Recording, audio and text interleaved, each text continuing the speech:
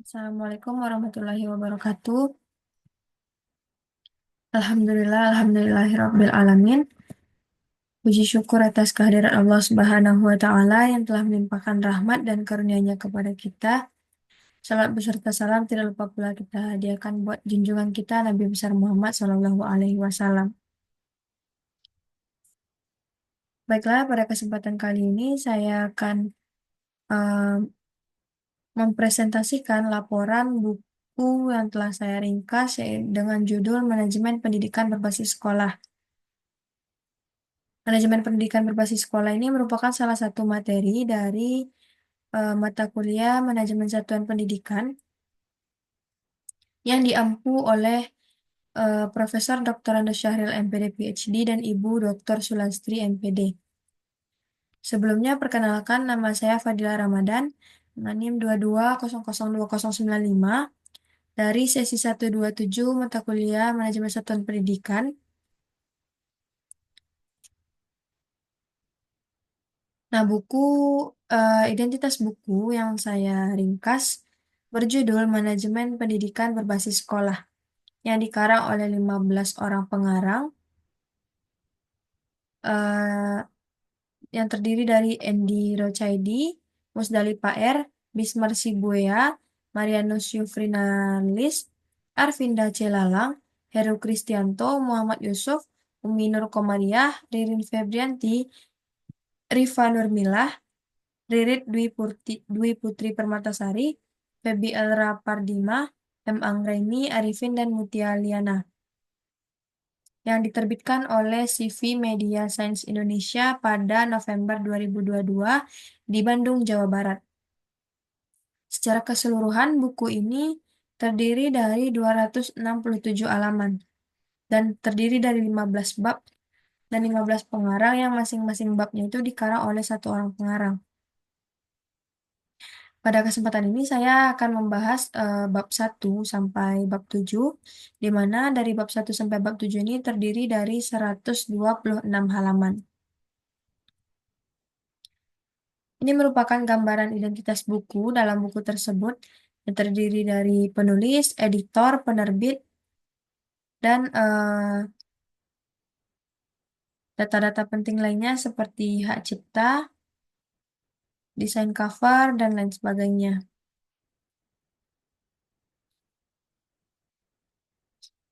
Selanjutnya ini merupakan daftar isi buku dari bab 1.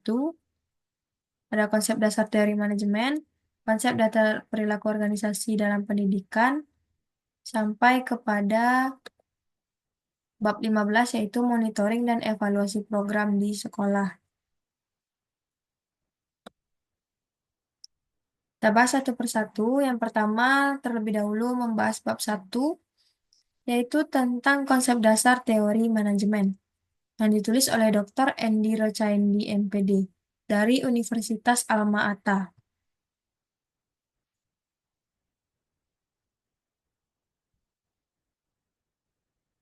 Yang pertama, definisi manajemen. Manajemen itu seni dan ilmu mengelola sumber daya untuk mencapai tujuan. Manajemen ini berasal dari kata Latin manus atau tangan dan agere atau melakukan, yang berarti menangani. Dalam konteks pendidikan, manajemen berarti proses mengelola sumber daya, baik itu manusia maupun non-manusia, agar tercapai tujuan lembaga pendidikan secara efektif dan juga efisien. Nah, secara umum, fungsi utama manajemen terdiri dari 4 fungsi. Yang pertama, fungsi perencanaan, yaitu menentukan visi, strategi, dan sasaran organisasi. Lalu ada fungsi pengorganisasian, yaitu membagi tugas, menetapkan struktur organisasi, dan membangun kerjasama. Yang ketiga, fungsi pelaksanaan, yaitu proses implementasi tugas melalui komunikasi, kepemimpinan, dan juga pengambilan keputusan. Dan yang terakhir ada fungsi pengawasan, yaitu mengevaluasi apakah pelaksanaan itu berjalan sesuai dengan rencana dan juga standar yang telah ditetapkan.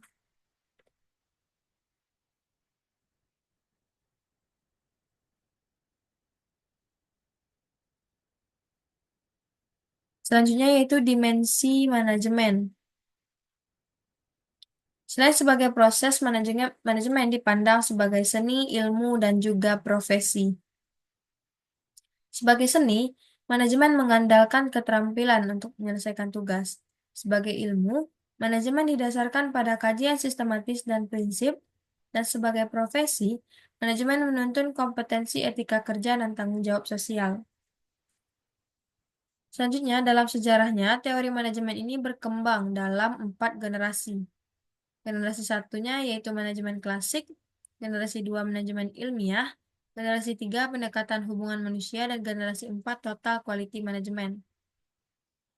Jadi manajemen merupakan kekuatan yang menyatukan semua sumber daya dan aktivitas dalam organisasi untuk mencapai tujuan dengan cara yang lebih terstruktur, terukur, dan juga berkelanjutan. Lanjut kita membahas bab 2 yang berjudul Konsep Dasar Perilaku Organisasi dalam Pendidikan, yang ditulis oleh Musdalifah RSPDI MSI dari IAIDDI Polewali Mandar. Ada definisi dan pentingnya perilaku organisasi. Perilaku organisasi ini sendiri merupakan studi tentang bagaimana individu dan kelompok bertindak dalam suatu organisasi, termasuk dalam konteks pendidikan. Perilaku ini sangat mempengaruhi efektivitas dan iklim kerja dalam satuan pendidikan. Lalu ada 3 jenis perilaku penting dalam organisasi.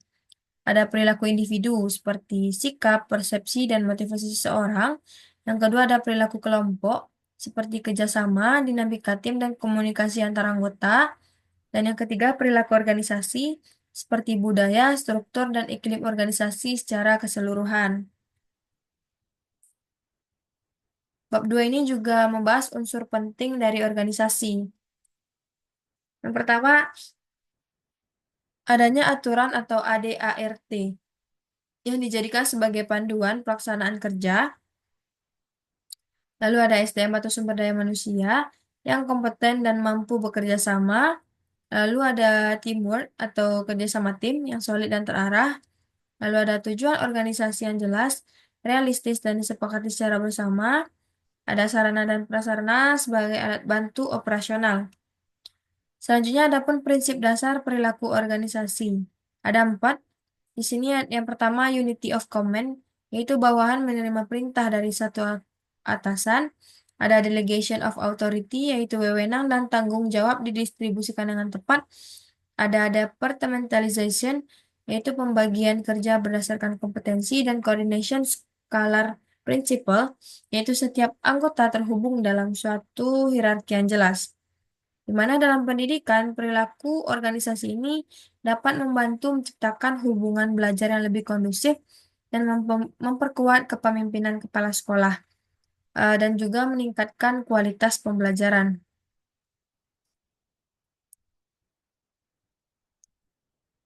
Lanjut kita akan membahas bab 3, yaitu tentang manajemen kurikulum berbasis sekolah, yang ditulis oleh Bismar Sibuea MPD dari Universitas Simalungun. Manajemen kurikulum berbasis sekolah sendiri merupakan upaya seseorang untuk mengelola dan juga mengembangkan suatu kurikulum agar lebih mandiri oleh sekolah sesuai dengan kebutuhan dan karakteristik peserta didik, masyarakat, dan potensi lokal. Nah, tujuan utamanya yaitu untuk memastikan proses pendidikannya berlangsung sesuai arah, tujuan pendidikan nasional, dan konteks sekolah masing-masing. Lalu fungsinya manajemen kurikulum ini seperti untuk merencanakan kurikulum sesuai dengan kebutuhan siswa dan visi sekolah, lalu untuk mengorganisasi pelaksanaan pembelajaran, integrasi lokal dan penelitian, lalu melibatkan seluruh pemangku kepentingan seperti guru, siswa, orang tua, dan juga komite sekolah. Lalu ada prinsip pelaksanaan seperti yang pertama partisipatif, yaitu melibatkan seluruh anggota seperti guru, siswa, dan komite. Lalu ada transparan dan akuntabel. Lalu ada pemantauan, evaluasi, dan juga perbaikan berkelanjutan. Masuk kepada bab 4 tentang manajemen pembelajaran berbasis sekolah, yang ditulis oleh Marianus Yufrinalis S.Phil MA dari Universitas Nusa Nipah. Manajemen pembelajaran berbasis sekolah atau MPBS yaitu pendekatan pengelolaan pembelajaran yang menempatkan sekolah sebagai pusat tanggung jawab dalam menjamin mutu pembelajaran. MPBS ini mencakup elemen penting seperti yang pertama pengelolaan proses belajar mengajar secara menyeluruh, mulai dari perencanaan, pelaksanaan, hingga evaluasi, lalu mendorong keterlibatan guru dalam menyusun RPP, metode dan strategi pembelajaran aktif, lalu sekolah memiliki wewenang juga untuk memilih pendekatan pembelajaran yang kontekstual dan efektif. Adapun faktor-faktor pendukung MPBS ditentukan oleh keberhasilannya ditentukan oleh profesionalisme guru, lalu kepemimpinan kepala sekolah dan dukungannya, lalu ketersediaan sarana dan prasarana, kolaborasi dengan orang tua dan juga masyarakat. Selanjutnya, bab 5 tentang manajemen ekstrakurikuler di sekolah, yang ditulis oleh Arvinda C. Lalang, SPD MPD dari Universitas Nusa Cendana. Manajemen ekstrakurikuler sendiri adalah pengelolaan kegiatan di luar jam pelajaran utama yang bertujuan untuk mengembangkan potensi minat dan kepribadian siswa secara menyeluruh. Adapun fungsinya dari kegiatan ekstrakurikuler ini yang pertama untuk menunjang pembentukan karakter siswa seperti karakter disiplin, kerjasama, dan juga tanggung jawab. Lalu menjadi sarana ekspresi dan pengembangan bakat, lalu membina interaksi sosial yang sehat dan positif. Lalu adapun bentuk kegiatannya seperti kegiatan pilihan seperti seni, olahraga, ilmiah, keagamaan. Ada kegiatan wajib seperti pramuka contohnya. Lalu ada kegiatan pengembangan diri seperti klub debat, robotik, dan juga lingkungan. Nah, manajemen ekstrakurikuler sendiri meliputi adanya perencanaan program kegiatan tahunan dan penunjukan pembina dan pelatih, pengorganisasian jadwal dan fasilitas, lalu evaluasi kegiatan secara berkala. Faktor pendukung utama dari manajemen ekstrakurikuler di sekolah yaitu adanya pemberian dukungan dari sekolah. Lalu adanya partisipasi dari siswa untuk mengikuti kegiatan ekstrakurikuler, lalu adanya pembinaan yang kompeten dan serta sarana dan prasarana yang memadai untuk melakukan kegiatan ekstrakurikuler. Lanjut bab 6 yang membahas tentang manajemen peserta didik yang ditulis oleh Heru Kristianto SPD MPD dari Universitas Nusa Cendana. Yang pertama definisinya sendiri. Manajemen peserta didik ini adalah proses pengelolaan siswa sejak mereka masuk selama proses pendidikan sampai mereka keluar dari sekolah agar layanan pendidikan itu dapat berjalan efektif dan terarah. Lalu tujuan dari manajemen peserta didik, yang pertama memberikan layanan pendidikan yang adil dan merata, yang kedua membina kedisiplinan, tanggung jawab, dan prestasi, yang ketiga menjamin keberlangsungan pendidikan sesuai dengan potensi siswa. Nah, adapun ruang lingkup manajemen siswa, yang pertama penerimaan peserta didik, yaitu mulai dari PPDB, lalu ada pendataan dan administrasi, dan pembinaan dan pengembangan diri seperti OSIS, BK, dan lain sebagainya. Prinsip-prinsip manajemen peserta didik.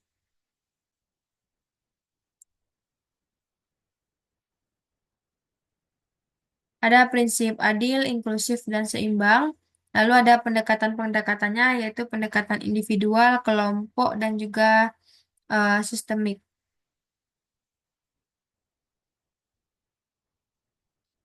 Adapun fungsi dari manajemen peserta didik meliputi yang pertama penerimaan siswa baru, yang kedua pembinaan kesiswaan seperti disiplin, bimbingan konseling dan juga OSIS, yang ketiga pendataan dan pemetaan siswa berdasarkan kebutuhan khusus, yang keempat penanganan siswa bermasalah dan dropout prevention, dan adapun prinsip-prinsip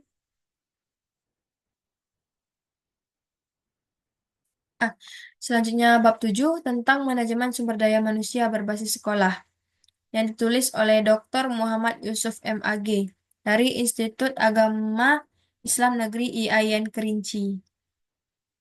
Yang pertama ada definisi dan juga tujuan manajemen sumber daya manusia sekolah. MSDM berbasis sekolah yaitu proses dalam merencanakan, mengorganisasikan, dan mengembangkan serta mengevaluasi tenaga kependidikan, terutamanya yaitu guru dan staf, yang dilakukan secara mandiri di tingkat satuan pendidikan. Lalu adapun tujuannya untuk meningkatkan kinerja guru dan tenaga kependidikan, mewujudkan mutu pendidikan yang berkelanjutan, memberikan pelayanan pendidikan yang optimal kepada peserta didik. Nah, ruang lingkupnya seperti perencanaan, rekrutmen, penilaian kinerja, penghargaan dan sanksi. Nah, baiklah, itulah 7 bab yang telah dibahas, sehingga dapat ditarik kesimpulan bahwa manajemen pendidikan berbasis sekolah ini tidak hanya sekedar konsep administratif, tetapi juga merupakan pendekatan menyeluruh yang melibatkan semua komponen sekolah, yang dimulai dari manajemen kurikulum, pembelajaran, ekstrakurikuler, hingga pengelolaan dari peserta didik dan juga sumber daya manusia. Nah, dari aspek-aspek ini yang saling berkaitan dan bertujuan untuk menciptakan lingkungan pendidikan yang efektif dan efisien, serta berpusat pada peningkatan mutu sekolah, dituntut untuk mutu. Sekolah dituntut untuk menjadi organisasi pembelajaran yang mampu mengelola dirinya sendiri secara profesional, inovatif, dan partisipatif. Nah, dengan memahami dan menerapkan prinsip manajemen berbasis sekolah, diharapkan lembaga pendidikan ini mampu memenuhi kebutuhan peserta didik secara lebih optimal dan mampu menjawab tantangan perubahan zaman secara adaptif. Baiklah, demikianlah materi tentang manajemen berbasis sekolah yang dibahas dalam bab 1 hingga bab 7 dari buku Manajemen Pendidikan Berbasis Sekolah. Mungkin sekian dapat saya sampaikan. Saya mohon maaf apabila ada kesalahan dan kekurangan ataupun janggal. Billahi taufik wal hidayah. Wassalamualaikum warahmatullahi wabarakatuh.